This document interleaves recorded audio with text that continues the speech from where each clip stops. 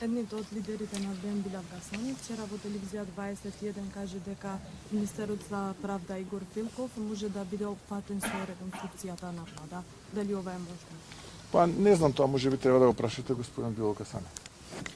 Исто во Беса вечерва има партиски состанок од кој неофицијално дознаваме дека ќе барат Фатмир Лимани веќе да не биде министер од нивните редови. Дали имате ваква информација и дали би прифатили? Не, јас немам ваква информација.